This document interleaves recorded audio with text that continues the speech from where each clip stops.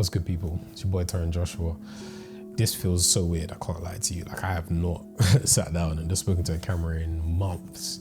I think my whole focus last year was really focusing on short form content. Everything's going social, right? Like, even for my work, my clients, all focused on social media work. And I really like the way that I adopted a style and the way that I kind of mastered my way of storytelling, especially when it comes to quick content. But I kind of have this prediction where, as I look around and reflect on where I see society going, and even just people who I talk to, like, there's this appetite to kind of start to get control back over what we consume. And this fast food version of consumption is not satisfying people.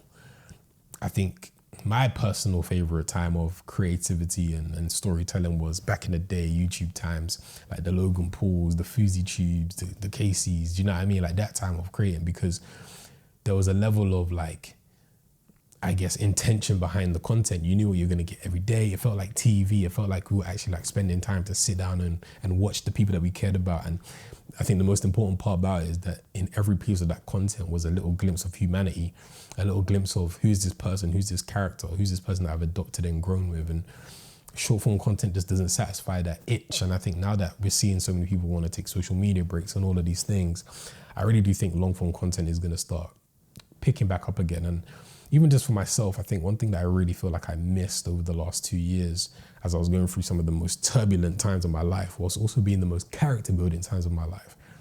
I documented the least I've ever documented. I didn't feel as motivated to, or that's not even a lie, I did, but I felt a lot of fear. When I first started creating, it was kind of just like, it was just me. Like, I didn't care about what people thought. I didn't care if I even got any followers or anything like that. But even though I didn't like blow up, I was getting a lot of feedback and a lot of communication from people saying what they thought. Thankfully, it's like good things, but over time, as you start to improve, there becomes this like fear, like, oh my gosh, like, am I gonna let those people down? Am I gonna flop? Oh my gosh, I'm not even as good as I need to be. Like, I can't come and post this. I need to make sure that it's levels above the game. And that's a difficult experience. But for me, I think as I reflect on how I want to approach 2024, I think one of my biggest goals is to just get back into that bag of just like creating with no fear again, like having this conversation where truth of the matter is I don't expect a lot of people to watch through me, you know, just talking to the camera. But I know that for me, this is a personal diary. This is a space where I get to look back on in 10 years, see myself in the most, you know, craziest time of my life where I'm about to get married, bro. Do you know what I mean? I'm almost about to move back out of my parents' house after moving back. It's like, this is some of the most interesting times and interesting parts of my story. And if I let fear stop me from doing it and creating, I'm doing myself a disservice. I'm doing my future children a disservice. The people that I care about to actually see this story develop, I'm doing it a disservice based on fear. Do you know what I mean? So that's why I'm sat here doing this video today. And I guess my topic of conversation is kind of similar to what I've been talking about already, right? Like how feedback and how this culture that we have in creativity at the moment, where, you know, we're creating things, we're telling stories, we're posting it and sharing it, and we're getting instant feedback by so many different voices. As much as that's a beautiful thing, it has this really weird negative effect, or at least something that we should just kind of think about. And I want to kind of jump into that. And I kind of thought about the way that I want to phrase this, but the concept that comes into my mind is, as an artist and as a creative, we have the duty to war against the counterfeits. What do I mean by that? Last year, one of my biggest achievements was that I completed 2 marathons, right? I did the Manchester Full Marathon and the Wilmslow Half. You know, something that I've always wanted to do for a while, and I thought, yeah, it'll be a really sick way to get fit. It was a 12-week rigorous process of trying to figure out how to run, because I hate running. Like, that's never been something I've ever liked. But I knew that I wanted to achieve this goal. I wanted to run 42.2 kilometers and get to the end of that full marathon. So I decided to do these 2 marathons, and as I went through the weeks of training and the motivation that came with that, the discipline, the miles that it took to do that, I got to about week 10, I believe it was, and that's when I had the Wilmslow half. I was ready, man. I was ready. I was nervous. I had a bit of, difficult runs and stuff like that, but I thought this is the moment for me to really prove to myself that I can do something. I knew what it would feel like to achieve a race. So when I step into that full marathon, it's like I've already done it before. So when I was running, I was thinking about what I'm going to say to myself, visualizing what it was going to be like in that full marathon. And thankfully, I got to the end of that race and I completed it. Got it right here. This is the medal for the half marathon that I completed. And something really unexpected happened when I got it. I mean, I guess I got home, I rested up, like it was really cool, it was really great. I was ecstatic, all the dopamine that I needed and all the confidence that I needed to believe that I can finish this race. I got it. It rushed through me, do you know what I'm saying? But 2 days later, after I had recovered and I had my next run to do to prepare for the full marathon, it was the least motivated I'd ever been to run. Why I find that so interesting is because for someone that hated running from the beginning, why was now, after I had completed something, the hardest for me to now stay motivated? And I think it's to do with the fact that this medal, like this experience, completing this thing, almost felt like it was enough. I got all the dopamine I needed. I got all the, the validation that I needed. Oh yeah, you've done a half marathon. There's people out there that's never done that before. Why would I then commit myself to then do double what I suffered with when I have all the validation I need right here, After my first run back, I kind of recorded myself speaking about it and I said this. Ever since I finished that half marathon, running these distances has become so difficult. Like, my body's the fittest that it's been. It's not that I can't even do it anymore. I'm running faster paces that I've ever ran. But what I've lost is the hunger. Like, that dopamine hit that I got from completing the half marathon, the satisfaction and the gratification that I got from finishing that half marathon, it's now made this full marathon seem like I don't need to do it. It's like, I've already done the half now. And it made me think about the idea of, premature success and how these, false versions of success and gratification can actually distract you from doing the thing that you actually set out to do.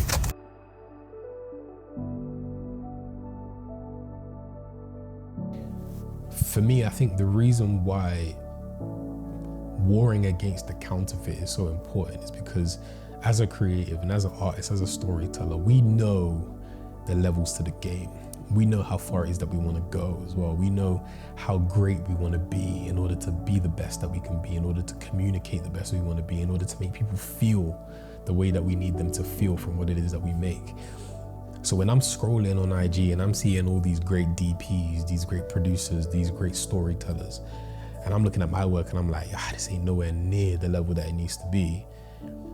It creates this dissonance because tell me why everybody in my comments is telling me this video that I made is great when I feel like it's nowhere near the level it needs to be.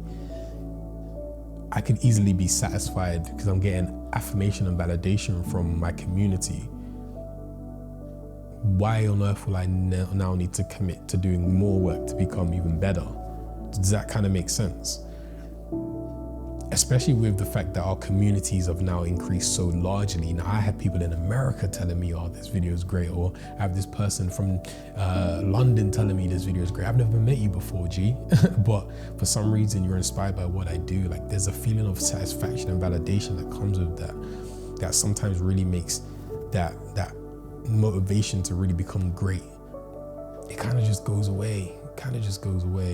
And if we don't make the decision as artists and creatives to shut off that voice, shut off those voices, shut off those comments, shut off those opinions, and really focus on the vision of what it is that we're trying to achieve, that greatness, that impact through what it is that we do, we'll really miss out on purpose. We'll really miss out on the impact that we're called to bring through our art.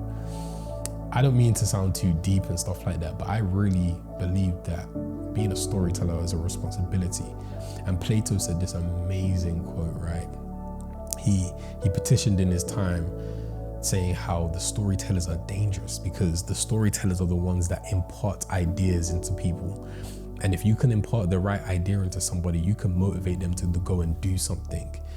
Narratives are what shape people's actions. For example, the American dream. Why did everybody decide to move to America? Because America crafted this narrative of what the land meant, and it inspired people to then go out of their way to move to that space to become the narrative that they believed in. So what narratives are we communicating? That's what I think about. I think about my storytelling capabilities. What do I believe? What is my conviction? And what do I want to share with the world with that? And if I don't pursue the greatness and the level that I need to get to in order to be the best I can, there's people out there that aren't tapping into the narrative that can really transform their life, you know? And not only just that, I think even just for myself, storytelling and why I care about what I do is it's not even just to do with society being on creatives these days, because I picked this before creatives were even hot. I think storytelling for me showcases me about life. It's a reflection of life. It teaches me about character. It teaches me about, motivation, will, wants, desires, conflict, how all these things come together in this narrative, in this piece, in this expression of a journey. And that even happens in our life too. Our life is a journey. We are living stories today. And if I can start to study and understand how to tell stories better, I'll understand how to analyze my own, how to become a better version of me, how to see the way that I want to see, how to move the way that I want to move. And that's super important to me.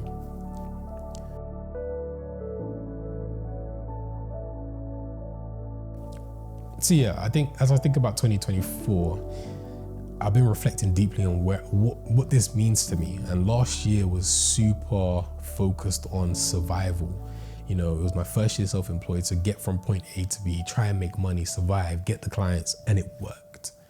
But this year for me is about developing as an artist, developing as a storyteller, actually removing myself from environments that give me feedback, that don't necessarily have the understanding of how deep it actually goes. So surrounding myself with people that understand the game, understand this passion, this purpose, this impact.